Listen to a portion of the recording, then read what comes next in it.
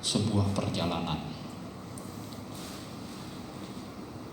Kalau hidup ini ibarat sebuah perjalanan, berarti perjalanan kita itu punya tujuan.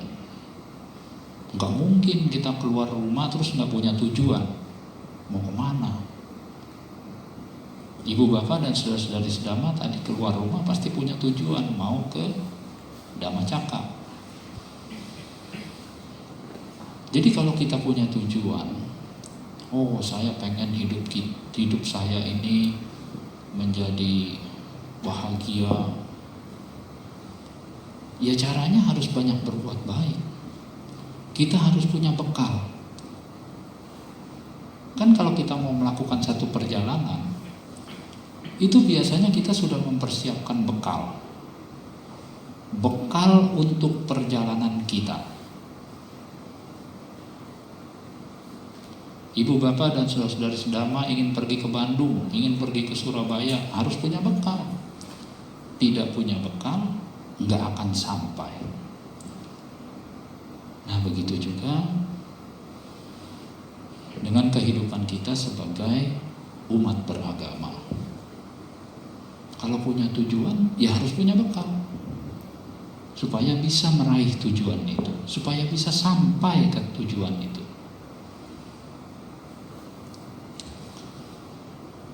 Nah ibu bapak saudara-saudari sedama, setelah kita banyak melakukan perbuatan-perbuatan baik, tentunya pasti kita akan sampai ke tujuan yang kita inginkan. Karena oleh karena itu jangan kita sia-siakan kehidupan kita sebagai manusia. Karena lahir sebagai manusia itu sulitnya minta ampunnya. Sang Buddha bilang terlahir sebagai manusia itu sungguh sulit. Apalagi kalau kita sudah terjatuh di alam-alam rendah. Buat lahir di alam yang lebih baik, sulit itu. Kenapa sulit? Karena syarat untuk kita terlahir di alam yang lebih baik adalah kita harus banyak melakukan perbuatan baik. Kalau kita sampai nyemplung, kalau sampai kita jatuh di alam-alam rendah, bagaimana kita mau berbuat baik kalau orang kita sendiri aja ada di alam lagi tersiksa? Nggak ada kesempatan mau berbuat baik. Nah maka dari itu, ketika kita lahir di alam manusia, ya jangan disia-siakan kehidupan kita sebagai manusia. Meskipun setelah kita terlahir sebagai manusia, itu sulit kehidupan kita. Setelah kita lahir jadi manusia, kita pun masih mengalami kesulitan. Kesulitannya apa? Diri kita ini dikuasai oleh indera-indera kita.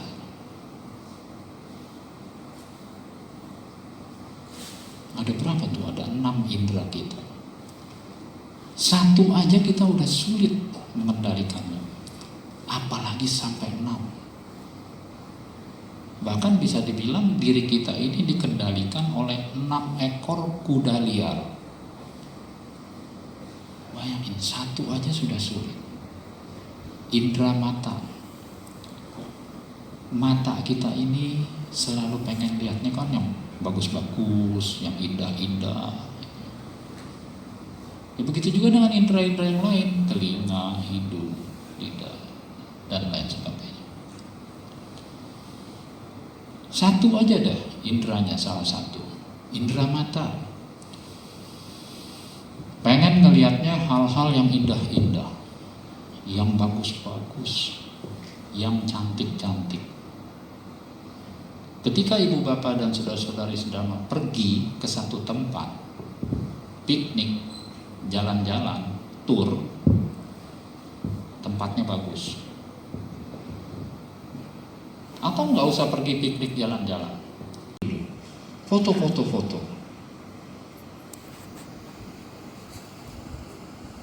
Nah, setiap mata kita bertemu dengan hal-hal yang indah, yang cantik-cantik, kita pasti mau foto. Kalau kita mau pergi tour, mau pergi piknik, kita suka tanya, kemana pikniknya? Oh, ke pantai ini. Wah, pantainya bagus nggak tuh? Cantik nggak tuh pantainya? Kalau pantainya begitu kita datang itu cantik, bagus, kita senang. Tapi begitu kita datang ke sana pantainya kotor, jelek, nggak akan 2 kali kita datang ke sana. Tapi sesuatu yang menarik, yang bagus, yang cantik, yang indah, itu bisa membuat kita menjadi tertarik. Kita bisa datang lagi. Nah, Ibu Bapak saudara-saudari sedama, kalau hal-hal tersebut yang kita lihat melalui mata kita, sesuatu yang indah, sesuatu yang cantik, kita merasa senang, kita pengen selalu datang ke sana. Itu adalah hal-hal yang ada di luar diri kita. Lalu pertanyaannya, sudahkah kita membuat diri kita ini menjadi cantik? Supaya apa? Supaya orang-orang juga senang sama kita. Orang senang datang sama kita. Kalau kita nggak ada, dia cariin, kemana ya si itu? Kok nggak pernah datang-datang?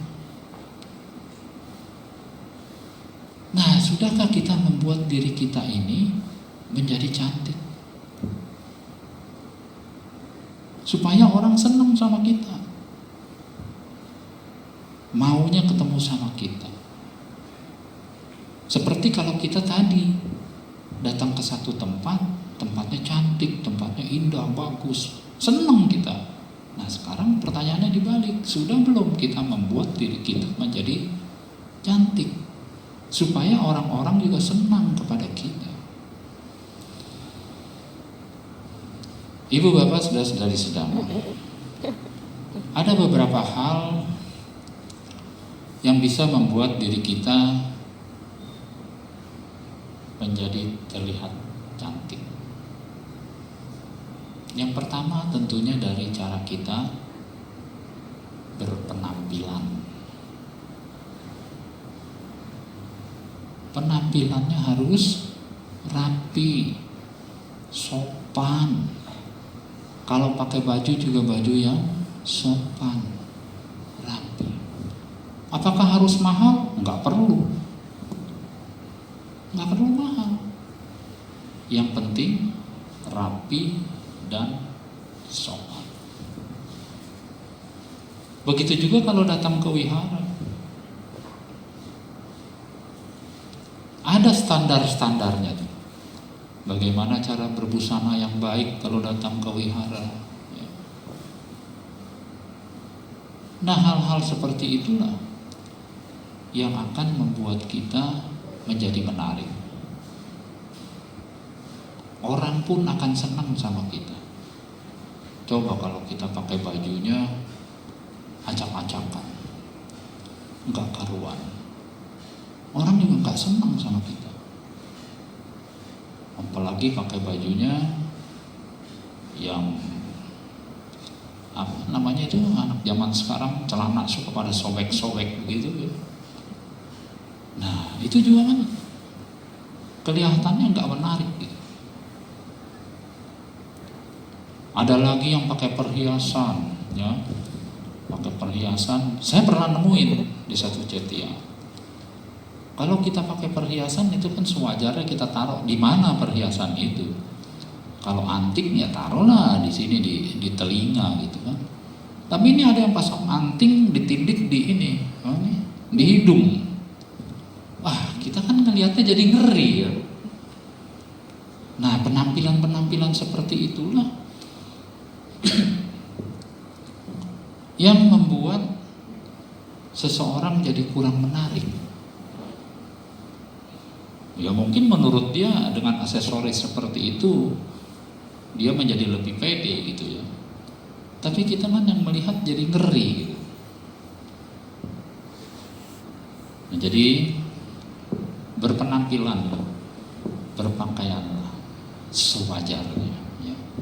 Nggak perlu mahal, tetapi rapi dan sopan. Kemudian yang kedua, tadi kecantikan dari penampilannya. Yang kedua adalah kecantikan dari fisik.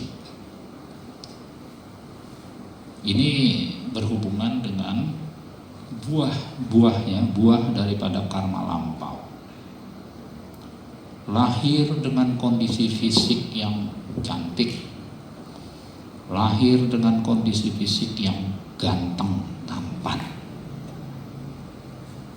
Ini semua adalah buah daripada akibat karma lampau. Karena pada kehidupan lampaunya kita ini nggak suka marah-marah, marah sih marah, tapi nggak suka marah-marah ya. Marah-marah, tapi jangan suka marah-marah ya, marah-marah terus gitu maksudnya. Nah makanya pada kelahiran saat ini kita memiliki wajah yang cantik, yang ganteng. Coba kalau kita suka marah-marah terus, berarti pada kelahiran sekarang kita mempunyai wajah yang tidak cantik, tidak tampan. Coba aja perhatikan kalau orang lagi marah-marah, ya, dia lagi marah-marah, langsung pergi ke depan cermin. Nah, lihat tuh wajahnya seperti apa. Pasti gak enak dilihat. Nah, ibu bapak saudara-saudari sedama. Jadi yang kedua adalah kecantikan dari fisik ya. Kecantikan wajah yang cantik, wajah yang ganteng, yang tampan. Itu semua berhubungan dari karma lampau. Makanya kalau kita ingin memiliki wajah yang cantik, yang ganteng, tampan, jangan suka marah-marah. Rajin smile, rajin senyum. Dikatakan senyum satu detik itu bisa buat bahagia 1 jam. Senyum 1 menit bisa buat bahagia seharian. Bayangkan, mau gak tuh? Senyum seharian, gila. Jangan banyak-banyak juga senyumnya jadinya ya.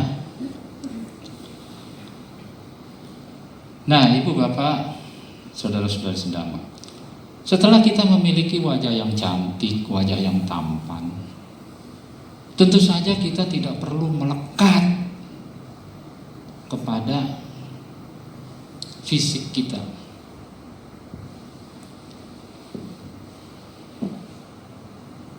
Ada orang yang melekat sama kecantikannya, sampai-sampai begitu mengalami perubahan pada dirinya, sudah mulai tua, sudah mulai keriput, ada yang operasi plastik ya. Nah, orang yang melakukan hal-hal seperti ini adalah tentunya orang yang tidak bisa menerima perubahan. Nggak bisa dia menerima perubahan. Padahal kita tahu di Parita Abinha Pacawekana itu dikatakan, aku akan mengalami usia tua. Aku belum mampu mengatasi usia tua. Iya, jangan operasi plastik.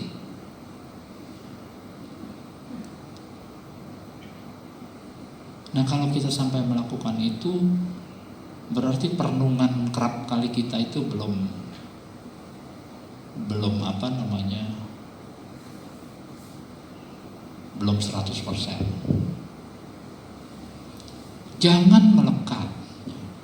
Hal ini pernah terjadi di zaman kehidupan Sang Buddha, terjadi kepada Ratu Kema ya. Ratu Kema itu adalah istri dari Raja Bimbisara ya. Tapi nanti akhirnya Ratu Kema ini menjadi murid utama Sang Buddha, ya. Seperti kalau kita lihat di altar-altar Sang Buddha mempunyai dua siswa utama, yaitu yang Arya Sariputra dan yang Arya Moggallana. Kemudian nanti Sang Buddha juga mempunyai dua bikuni utama, yaitu bikuni Kema dan satu lagi bikuni Upalawana, ya. Nah, berhubungan dengan Ratu Kema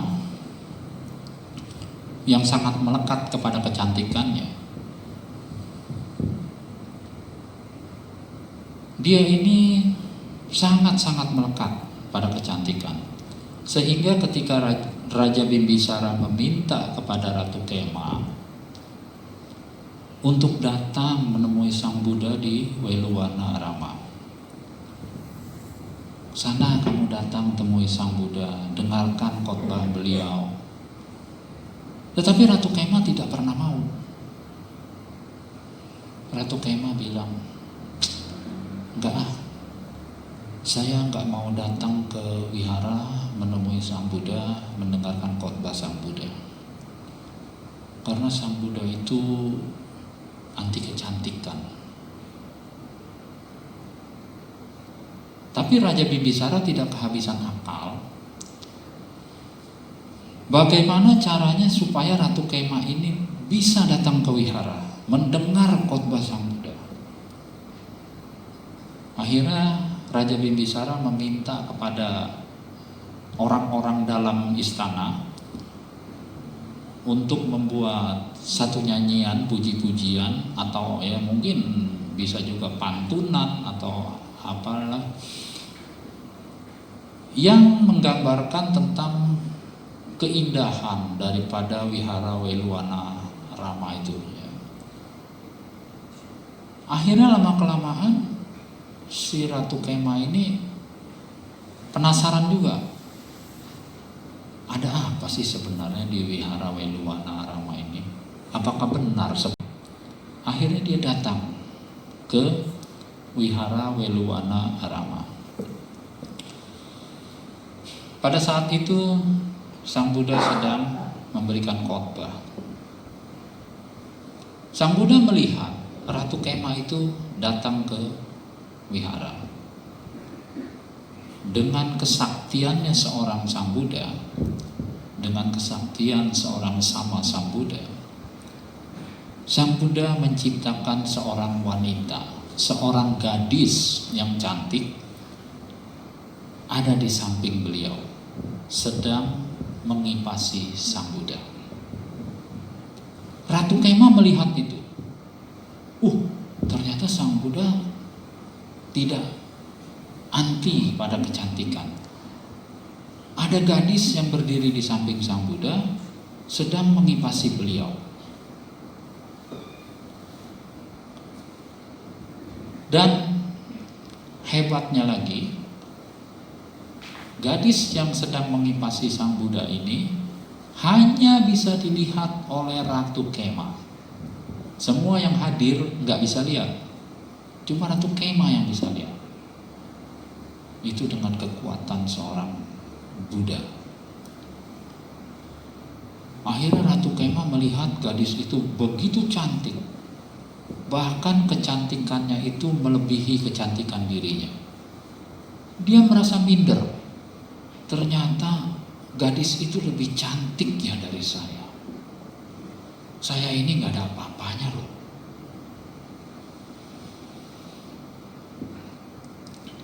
Dia perhatikan terus gadis itu. Lama-lama gadis itu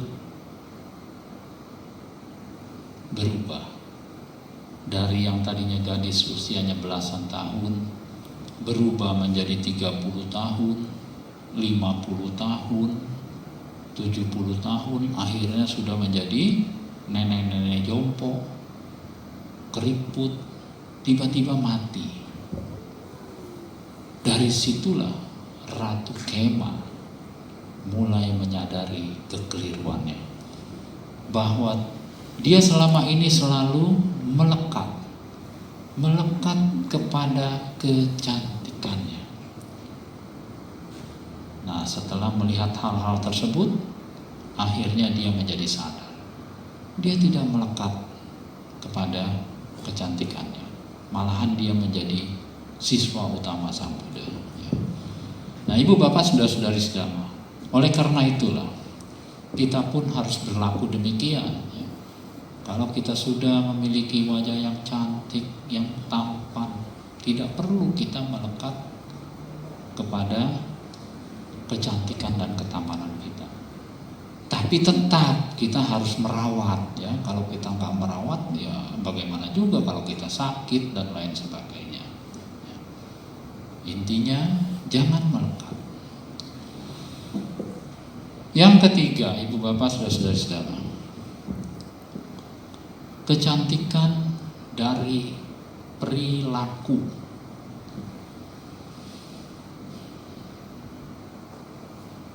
Orang yang perilakunya cantik, sudah pasti tingkah lakunya juga cantik. Ucapannya cantik. Orang yang memiliki perilaku yang cantik, tindakannya baik, ucapannya juga baik.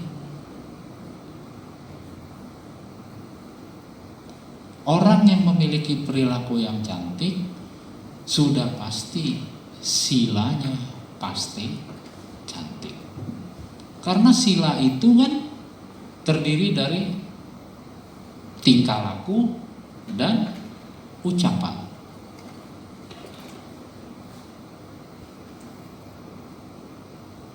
Dia selalu menghindari pembunuhan makhluk hidup. Tingkah lakunya baik. Selalu menghindari mengambil barang yang tidak diberikan. Selalu menghindari perbuatan asusila. Selalu menghindari mabuk-mabukan. Lalu dengan ucapan, selalu menghindari ucapan yang tidak benar. Ibu bapak, saudara-saudari sedama, kalau setiap kita puja bakti, ya, kita puja bakti selalu membacakan Parita Pancasila.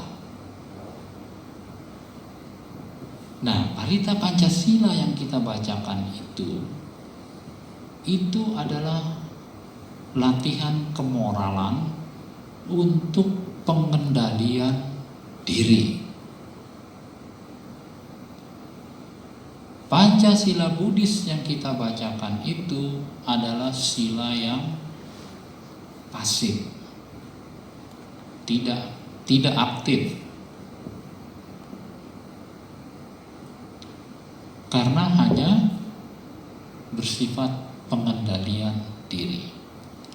Saya bertekad melatih diri untuk menghindari pembunuhan makhluk hidup.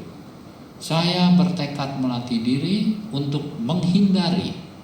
Yang ketiga juga menghindari. Yang keempat juga menghindari. Yang kelima juga sama kan? Menghindari.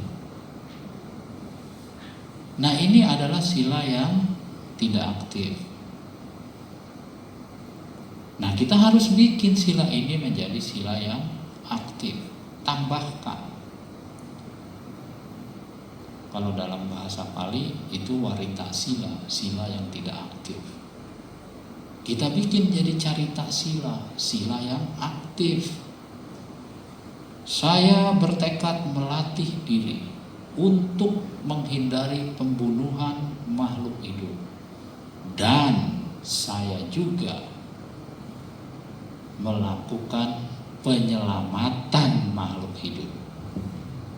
Kita menghindari pembunuhan makhluk hidup, jangan cuma menghindar, tapi kita bikin aktif. Aktifnya seperti apa? Menyelamatkan makhluk hidup. Function. Kita menghindari pembunuhan makhluk hidup, tapi juga kita tambah dengan menyelamatkan makhluk hidup.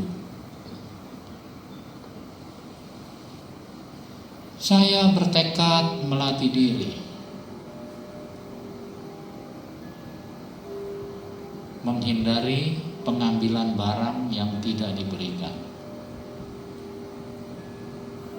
Tetapi saya juga melakukan praktek memberi, tidak mengambil. Menghindari pengambilan barang yang tidak diberikan, tapi kita juga praktek memberi.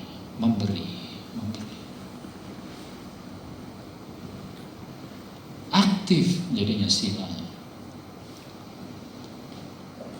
Saya bertekad melatih diri menghindari perbuatan asusila. Tapi saya juga menjaga keharmonisan rumah tangga supaya tidak terjadi hal-hal yang asusila sampai selingkuh gitu.